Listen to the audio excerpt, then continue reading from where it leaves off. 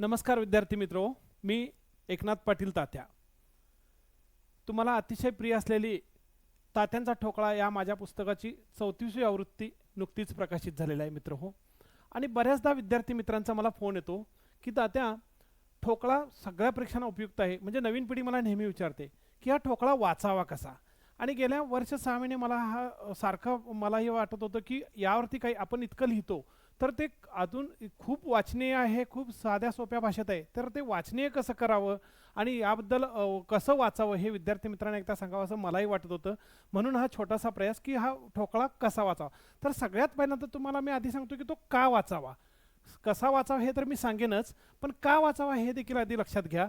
तर या पुस्तकाची आत्ता 34वी आवृत्ती आणि 34वी आवृत्ती तसा हा इट्स नॉट अ जोक मित्र हो, की याच्यात माझे इतके कष्ट, माझी इतकं समर्पण आहे ह्या पुस्तकासाठी. मी माझी शासकीय नोकरी, जिथं मी GST ऑफिसर म्हणून काम करत होतो, 2003 साली मी राज्यात पहिला आलो होतो STI परीक्षेला आणि त्यानंतर GST ऑफिसर झालो. परंतु ह्या पुस्तकासाठी मी माझी नोकरी सोडलेली होती मित्रांनो. आणखी आत्तापर्यंत ते कार्य अविरतपणे सातत्यानं चालू आहे आणि रोज माझा हे पॅशन झालेलं आहे माझं.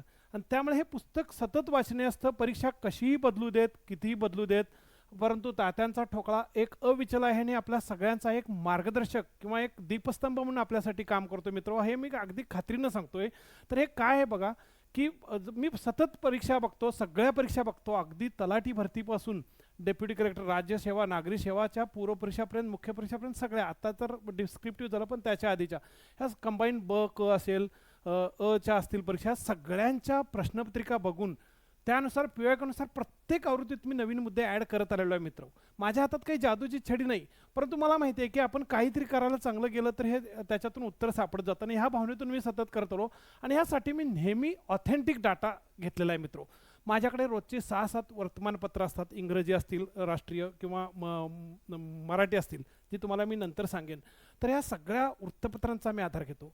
शासकीय ज्या ज्या काही वेबसाईट्स आहेत, म्हणजे उदाहरणार्थ महाराष्ट्राची आणि भारताची आर्थिक पाहणी दरवर्षी येते, दरवर्षी अर्थसंकल्प. आता तर ते प्रश्न वाढायला लागलेत बघा की प्रत्येक वर्षी. परवाची जर राज्यसेवा तुम्ही बघितली 2026ची पूर्वपरीक्षा, तर महाराष्ट्राच्या आर्थिक पाहणी आणि भारताच्या आर्थिक पाहणीवर आधारित किमान 4 ते 5 प्रश्न आहेत आणि हे सगळीकडे उपयोगी पडतं. भूगोल असेल, अर्थशास्त्र असेल, ह्या सगळ्यामध्ये त्याची आपल्याला उपयुक्त माहिती मिळू शकते. योजना आहे, लोकराज्य आहे, ह्या सुद्धा मुद्द्यांचा मी आधार घेतो. त्यानंतर महत्त्वाचं बघा की आता ज्या काही आपलं शासकीय फॉरेस्टचा रिपोर्ट, उदाहरणार्थ बघा की आता 17वा 18वा रिपोर्ट 2 वर्षांनी एकदा IFSR रिपोर्ट येतो आपला, IFSR. तर तो रिपोर्टसुद्धा फॉरेस्टचा असेल, मायनिंगची काही आकडेवारी असेल, ट्रान्सपोर्ट चेक म्हणजे रस्त्यांची लांबी असेल, राष्ट्रीय महामार्गांची लांबी असेल, रेल्वे असेल, या सगळ्यांची संबंधित मंत्रालयांच्या वेबसाईट्स आता ओपन होतात मित्र. ह्याच्यात भरपूर वेळ जातो, जे की तुम्ही वेळ वाया घालवायची गरज नाही. तर ते सगळी माहिती मी स्वतः घेतो. उदाहरणार्थ तुम्हाला अगदी सांगायचं झालं, आयात निर्यातीची माहिती जर काढायची झाली, एक एक रात्र माहिती पुरत नाही. 2 ओळीतनं आपण सांगतो की ह्या वर्षी इतकी आयात निर्यात, किंवा कुठल्या वस्तूंची आयात, कुठल्या देशांना आयात, कुणाकडून कुणाला निर्यात, ह्या सगळ्या गोष्टी माहिती काढण्यासाठी रात्र जाते. परंतु ते अगदी ऑथेंटिक असतं मित्र. आत्तापर्यंत इतके प्रश्न आलेत आणि हे सगळं महत्त्वाचं काय ह्या ठोकळ्यामध्ये की साधी सोपी वाचनीय रचना. माझी तर टॅगलाईन होती, साधे सोपे सुटसुटीत ठोकळा. आणि म्हणून हे गेली 20 वर्ष अत्यंत अविरतपणे हे काम चालवलं आहे. आणि सर्वसामान्य माझ्या खेड्यापाड्यातील आणि सगळ्याच मित्रांना, महाराष्ट्र राज्यभरातील सर्वसामान्य विद्यार्थी मित्रांना समजेल अशा भाषेत हे पुस्तक माझं मित्रांनो आलेलं आहे आणि याचा तुम्हाला सतत उपयोग जाईल. तर का वाचावं हे मी सांगितलं की पिढ्यानपिढ्या कशी परीक्षा आली. आता तुमची साधारणतः मी पुस्तक लिहिल्यापासून 3री पिढी तुमची कदाचित येईल. काही जणांचे जे पालक अभ्यास करत होते त्यांची मुलं आता 10वी 12वीला आहेत, तर त्यांचासुद्धा कधी कधी फोन येतो, तो आनंद येतो, आनंद वाटतो मला. माझे माजी सैनिक बंधू असतात, त्यांचा फोन येतो, फौजी भाई. तर त्या सगळ्यांना मी उपयुक्त होईल अशी माहिती साधी सोप्या भाषेत भरपूर आणि मोजक्यापणात आपली भरपूर माहिती असते. भरपूर सराव प्रश्नांची तयारी याच्यात केली जाते. नवीन नवीन आजार असतील, नवीन नवीन म्हणजे आरोग्यविषयक घटक बघितले. उदाहरणार्थ आता परवाच तुम्हाला सांगतो की जागतिक बँकेनं ह्या वर्षी राष्ट्रांची 4 गटात विभागणी केली आहे. म्हणजे अगदी $1175 पासून ती सुरू होते. तर तुम्हाला डिटेल्स मी प्रत्येक वेळी सांगत जाईन विषयवार. आता याच्यात फक्त का वाचावे मी सांगतो. तर इतकी ऑथेंटिक आकडेवारी. आता परवा जर परीक्षा बघितली तुम्ही की आपले पद्म पुरस्कार असतील, नोबेल पुरस्कार असतील, चालू घडामोडीचा टॉपिक वगैरे जो आहे, तर ह्या ठोकळ्यात सगळे विषय आहेत मित्रांनो. अगदी कला शाखा पूर्ण सिलेबस तुमचा प्रत्येक परीक्षेचा सिलेबस यामध्ये कव्हर झाला यावा माझ्यावरती विश्वास ठेवा. अगदी गणित सुद्धा याच्यातलं खूप चांगलं आहे, मोजक्या पानातून गणित दिलेलं आहे. परंतु ते तुम्हाला असं म्हणत नाही की मी गणितचे 25 किंवा 15 प्रश्न असतील तिथे सगळेच्या सगळे आले पाहिजेत, परंतु माझा नेहमी हा कॉन्फिडन्स असतो की गणित वगळता आपला ठोकळा जो आहे त्याच्यातून तुम्ही कंबाईंड ब क आणि राज्यसेवा पूर्व वगैरे ह्या परीक्षा तुम्ही पास झाला पाहिजेत. मी असं म्हणेन की तुम्हाला काही प्रश्न नाही चालतील, परंतु मेरिटचे जे काही प्रश्न असतील ते तुम्हाला फक्त आणि फक्त ठोकळ्यातून मिळणार मित्रो. उदाहरणार्थ सांगतो तुम्हाला, राज्यसेवा मुख्य परीक्षा मागची जी ऑब्जेक्टिव्ह असायची त्यामध्ये दुधातुपाचा जिल्हा कोणता हा प्रश्न जवळजवळ 15 वर्षापूर्वी नवीन परीक्षा ज्यावेळी सुरू झाली राज्यसेवा मुख्य परीक्षा ऑब्जेक्टिव्ह पद्धतीनं, त्यात पडलेला हा प्रश्न होता आणि त्यात बऱ्याच विद्यार्थी मित्रांचा फोन आला की तुमच्या ह्या एका प्रश्नानं माझा मेरिट मेन्स क्लिअर झालं वगैरे. तर असे सांगायचे मुद्दे भरपूर आहेत मित्रो. तर हे होतं की ठोकळा का वाचावा, आणि इतकं तुम्हाला आता बघा की ऑथेंटिसिटी कशी आहे. आता कसा वाचावा हे तर मी नंतर सांगेन. आता का वाचावं म्हटलं तर ह्याच्यात माहिती बघा, मोजक्या पानातून भरपूर माहिती. तुम्ही आता 700-800 पानांची विषयवार पुस्तकं वाचता, इतिहासचे असतील राज्यघटनेचे असतील.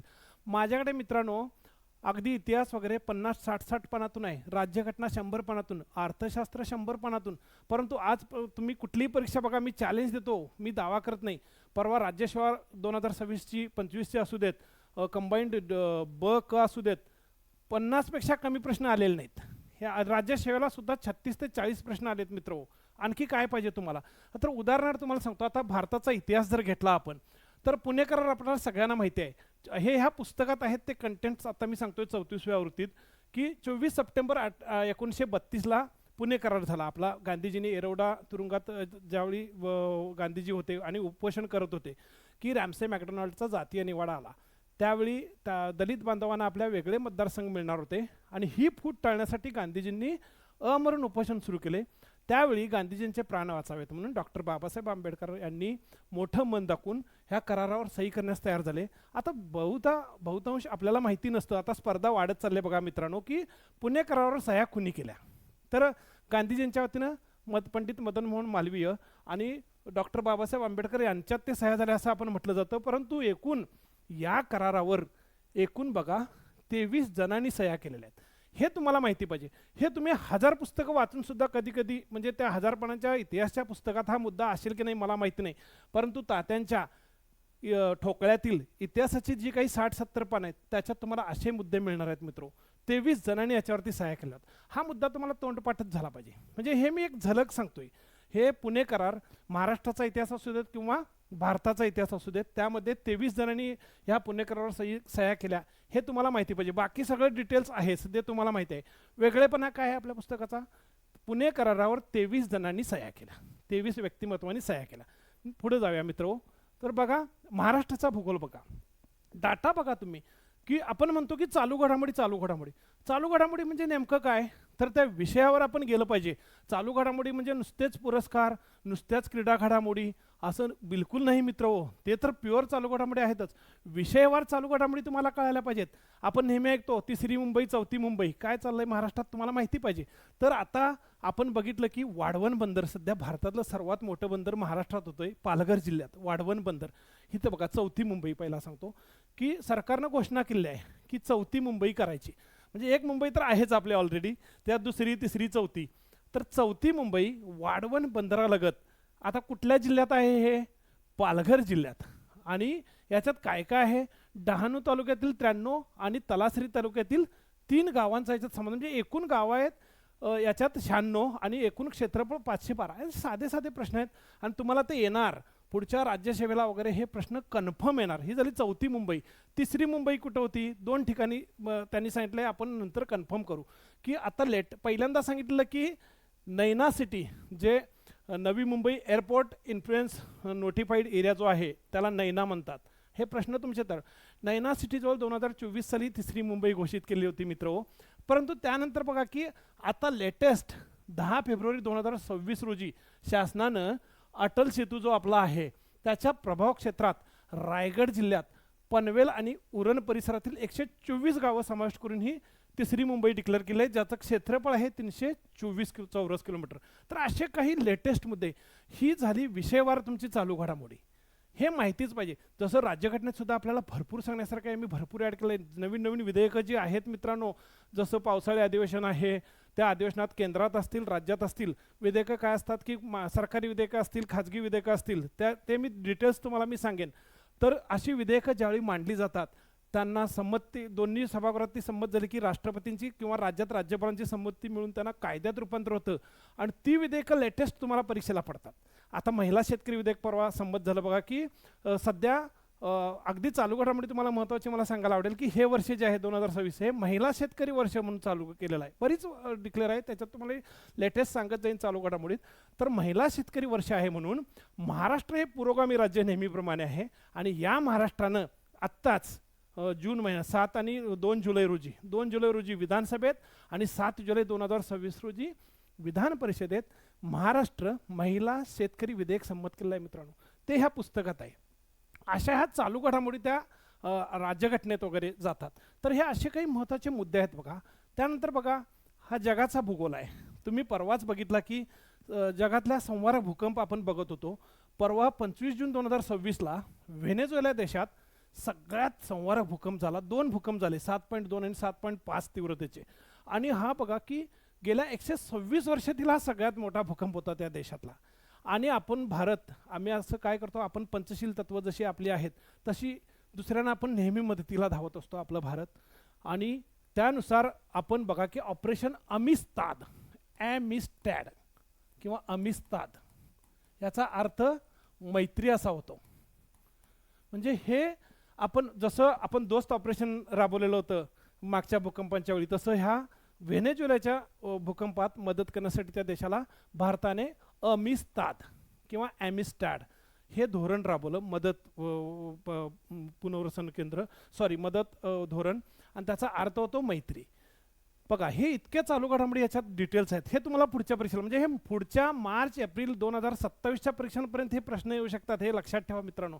आता नेहमी आपण बघतो की सूर्यमालेतील ग्रह जर आपण बघितलं की सूर्यापासून हे जर बघितलं, बुध सुरुवात होतं, बुध शुक्र पृथ्वी मंगळ गुरु शनी युरेनस नेपच्यून, प्लुटो आता ग्रह नाही, बरोबर. आता ह्याच्यात बघा की सतत मी आज तुम्हाला लेक्चर देईन परंतु महिन्याभरात कदाचित त्याच्यात बदल होत असतात. शनी तर ह्याच्यात कधीच करावा लागला की शनीला आधी उपग्रह, आमच्या काळात ज्यावेळी आम्ही परीक्षा देत होतो त्यावेळी शनीला उपग्रह आहेत की नाही हे माहिती नव्हतं, इतकं विचित्र. आणि त्यावेळी सगळ्यात असा प्रश्न असायचा की गुरु हा सगळ्यात जास्त उपग्रह असलेला ग्रह आहे, म्हणजे चंद्र म्हणतो त्याला, मून्स म्हणतो आपण त्याला. उपग्रहाला आता सुधारित भाषेत एखाद्या ग्रहाचे चंद्र किंवा मून्स, असं how many moons have any planet वगैरे असं विचारलं जाऊ शकतो, किंवा एखाद्या ग्रहाला किती चंद्र आहेत. तर सध्या बघा की शनी ग्रहास सर्वाधिक चंद्र किंवा उपग्रह आहेत 293 आणि गुरु ग्रहास 115. हे सध्या जुलै 2026 अखेरची आकडेवारी आहे. आता परवा तर राज्यसेवेला हा प्रश्न सुद्धा आलेला बघा की युरेनस ग्रहाचे उपग्रह त्यांनी 61 सांगितले ते 29 असतात, म्हणजे ते विधान तुमचं चुकीचं होतं, बरोबर. प्रजापती ग्रह म्हणून त्यांनी सांगितलं, युरेनसला प्रजापती म्हणतो. हा प्रश्न राज्यसेवेला होता. असे PYQ मी अभ्यास करतो आणि सतत त्या पुस्तकातले आलेले असतात प्रश्न बघा. तर असं इतके डिटेल्स हे दिवस रात्र आम्ही बघत असतो. वादळं कुठले, आता परवा 22 वादळ झालं, ते पण या पुस्तकात आहे, मी इथं घेतलेलं नाही. 22 म्हणजे कुठं झालं हे वादळ की चीनला तडाखा दिला परवा 22. आणि हे नाव कोणी दिलं 22 वादळाला मित्र, व्हिएतनाम देशानं दिलं. व्हिएतनाममधील ज्या पर्वतरांगा आहेत बा वी म्हणून पर्वतरांग आहे, त्या रांगेवरून त्यांनी ह्या वादळाला 22 हे, तिकडं आपण टायफून म्हणतो याला, आपण चक्रीवादळ जसं म्हणतो तिकडे ते टायफून म्हणतात. तर हे 22 चक्रीवादळ होतं. ह्या अशा चालू घडामोडी ह्या विषयावर आपल्याला द्यावा लागतात. वळूया मित्रांनो पर्यावरणाकडे.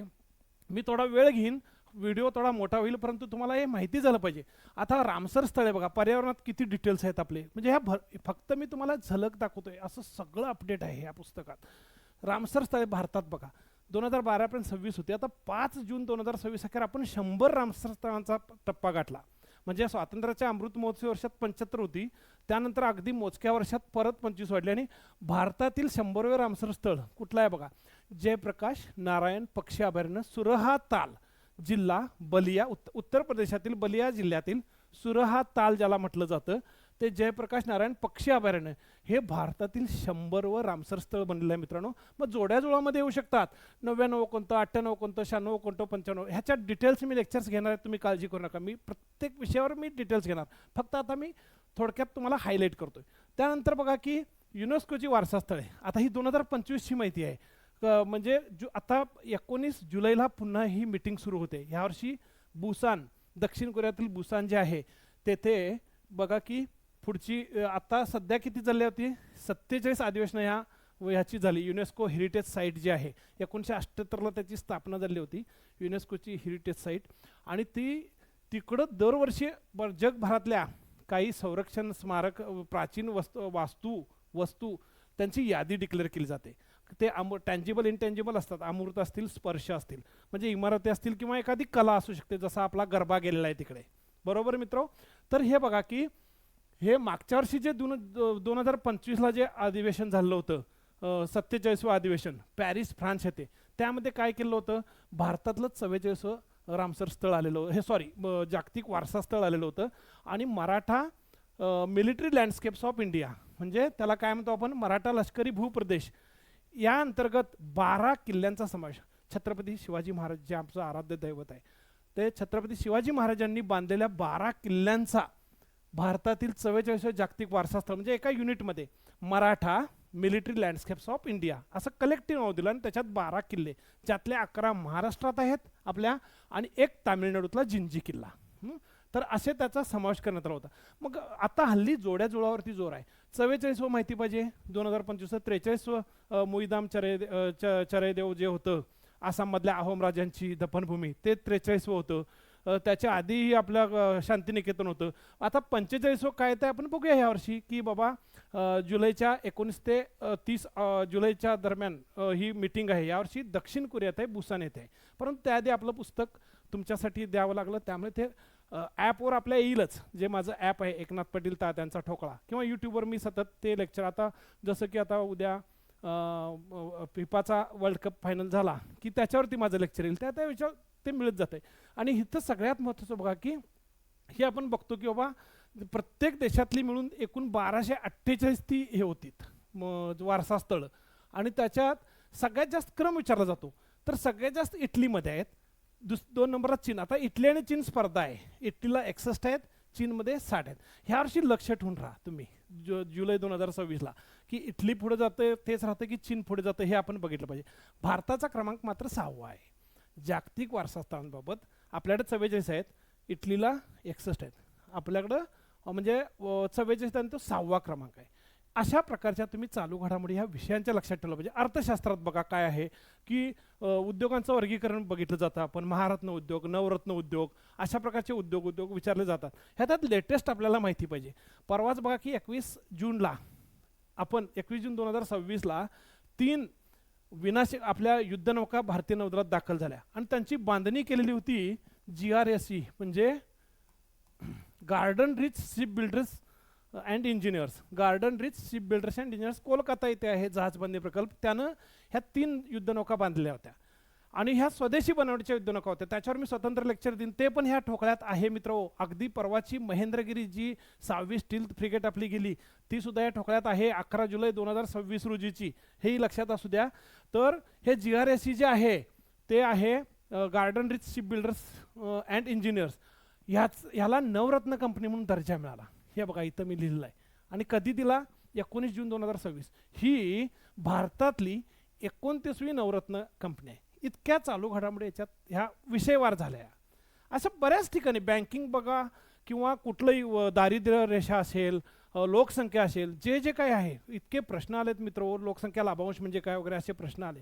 अर्थव्यवस्थेचं वर्गीकरण जागतिक बँकेनं यंदा नवीन क्रायटेरिया बदलला आपला 2026-27 वर्षांसाठी. तो याच्यात आहे की बाबा निम्न उत्पन्न 1176, निम्न मध्यम, मध्यम हा उच्च, आणि उच्च उत्पन्न. आणि ह्याच्यात किती देशांनी, ती 6 देश जे आहेत, टोगा असेल, मायक्रोनेशिया असेल, ह्या देशांनी कुठून कुठे गेले, भारताचं स्थान कशात आहे, हे सगळ्यात आपल्याला महत्त्वाचं आहे. हे असे काही मुद्दे याच्यात दिलेले आहेत मित्रो.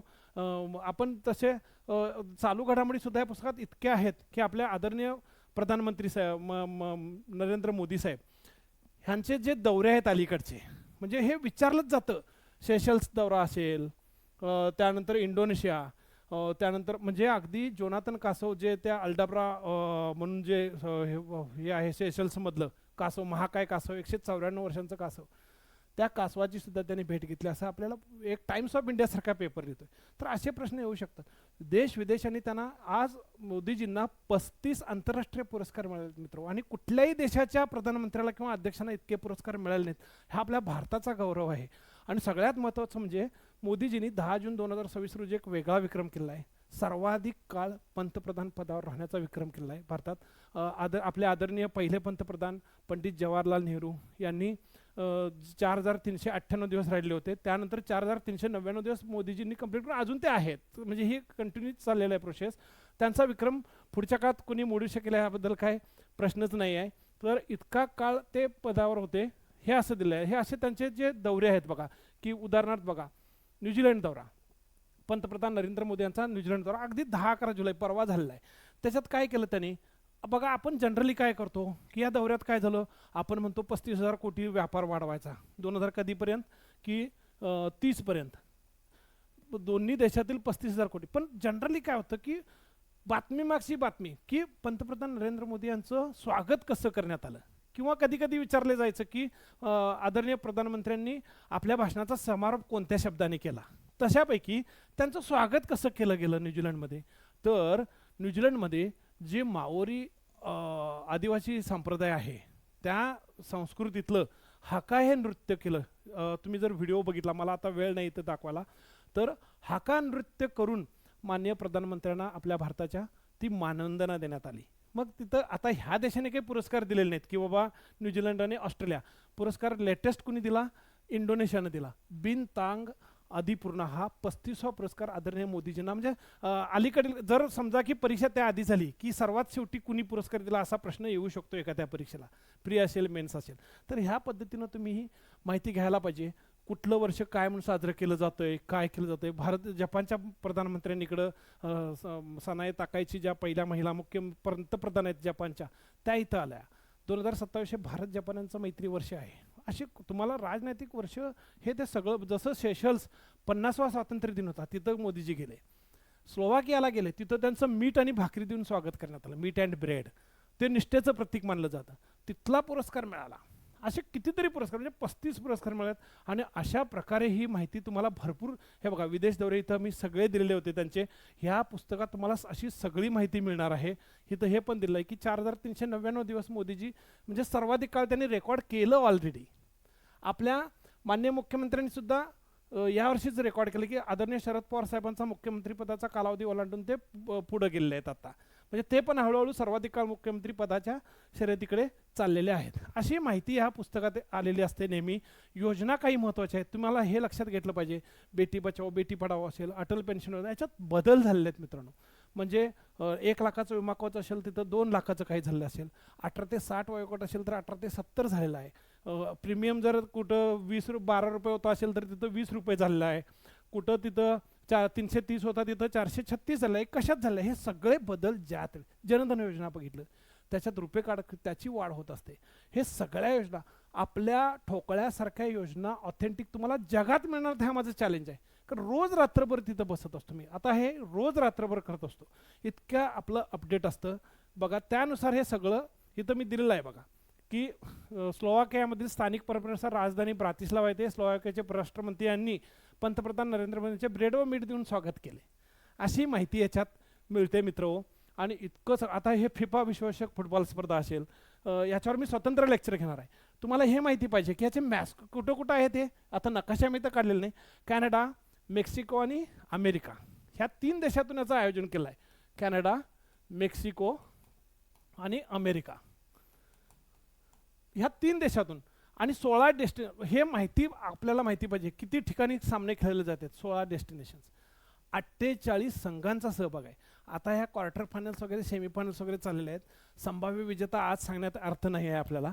तर हे प्रत्यक्ष बघू आणि त्याविषयी लेक्चर देऊ आपण 19 जुलै नंतर. हे सगळ्यात महत्त्वाचं आहे मित्रांनो. मग ह्याच्यात तुम्ही काय लक्षात ठेवलं पाहिजे की याचे मॅस्कॉट्स काय आहेत. 3 मॅस्कॉट्स 3 देशांचे. कॅनडाचा आहे मॅपल द मूज, तो जोड्या जुळा तुम्हाला येणार 100%. देश मॅस्कॉट आणि त्याचं कार्य काय आहे बघा. मी PYQ आधीच तुम्हाला पुढच्या वर्षी येईल तो आत्ता सांगतोय. देश, त्याचा मॅस्कॉट आणि त्याचा रोल.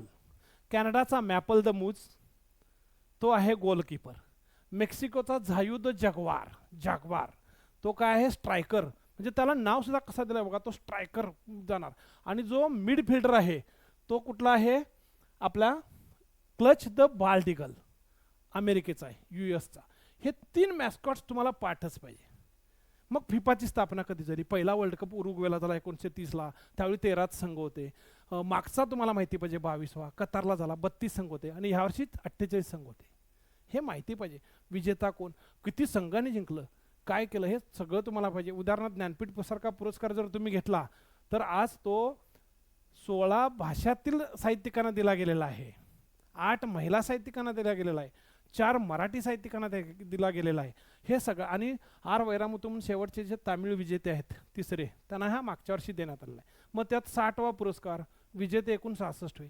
अशी सगळी माहिती या पुस्तकात मित्र मिळणार आहे. मला वाटतं मी तुम्हाला एक प्रास्ताविक म्हणून व्हिडिओ तुम्हाला मी घ्यायचं ठरलेलं होतं आणि त्या संदर्भानं मी खूप चांगलं तुमच्यापर्यंत आता पोचलो होतं. हे बघा, हे पुरस्कार बघा. आदरणीय पंतप्रधान नरेंद्र मोदी यांना हा इंडोनेशियाचा 35वा आंतरराष्ट्रीय पुरस्कार सध्या मिळाला आहे.